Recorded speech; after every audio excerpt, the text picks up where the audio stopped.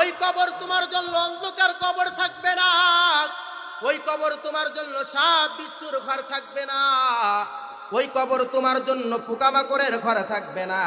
আমি আল্লাহ পাক রব্বুল আলামিন তোমার ওই কবরখানিকে জান্নাতের বাগান হিসাবে কবুল করে নিবা।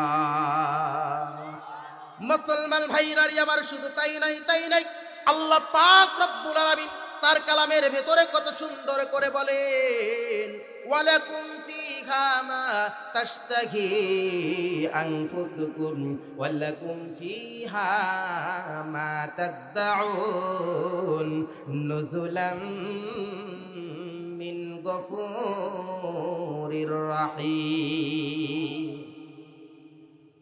মুসলমান ভাইরা আমার, আল্লাহ পাক রব্বুল আলামিন কত সুন্দর করে বলে দিলেন, বান্দারে তুমি যখন জান্নাতের ভেতরে ঢুকবা, জান্নাতের ভেতরে ঢোকার সাথে সাথে আমি আল্লাহ পাক রব্বুল আলামিন তোমাকে জান্নাতের মালিক বানায় দিব। ও মুসলমান ভাইরা আমার, জান্নাতের রেজিস্ট্রেশন আপনার আমার হাতে দিয়ে দিবেন। আপনার মন যা চাই তাই করবেন, যা খুশি তাই করবেন, কোনো বাধা নাই। কারণ জান্নাতের ভেতরে ঢোকার সাথে সাথে জান্নাতের মালিকানা আপনাকে আমাকে কে দিয়েছে? আওয়াজ দিতে হবে মুসলমান, কে দিয়েছে?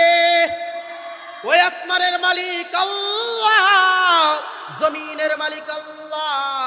সেই আসমানের মালিকের জমিনে আল্লাহর বরত্বের কথা বলতে গিয়ে মুসলমান যদি ফাঁসির কাছে ঝোলানো হয় ঝুলবো, যদি জেলখানায় যেতে হয় যাব। মুসলমান ইমানদার আল্লাহর গোলাম, আল্লাহর জমিনে দিন কায়েমের জন্য মুসলমান এই শরীরের তাজা রক্ত জমিনে ঢেলে দেওয়ার জন্য মুসলমান যদি দিতে হয়, আমি বিপ্লবী দিতে রাজি আছি। আপনারাও কি মুসলমান রাজি আছে? কারণ মুসলমান এই কণ্ঠদান করেছেন কে? আরো জোরে বলতে হবে কে? ও মুসলমান এই হাত দান করেছে।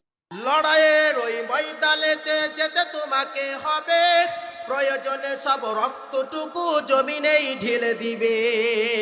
ঠিক কিনা জোরে বলেন?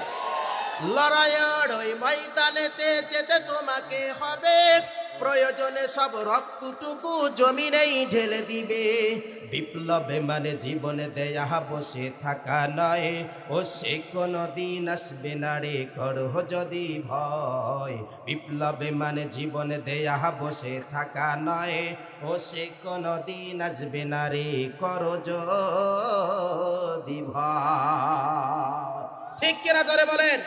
ও মুসলমান, কোন সময় যদি কোনো মুহূর্তে যদি বড় ভাই যদি তার ছোট ভাইকে, বাপ যদি তার সন্তানকে, ইমাম যদি তার মুসল্লিদেরকে, শিক্ষক যদি তার ছাত্রদেরকে আল্লাহর কোরআনের বিরুদ্ধে কোনো হুকুম জারি করে, ওই সমস্ত মাখলুকের হুকুম বঙ্গোপসাগরে ভাসিয়ে দিতে হবে। কথা বলেন ঠিক?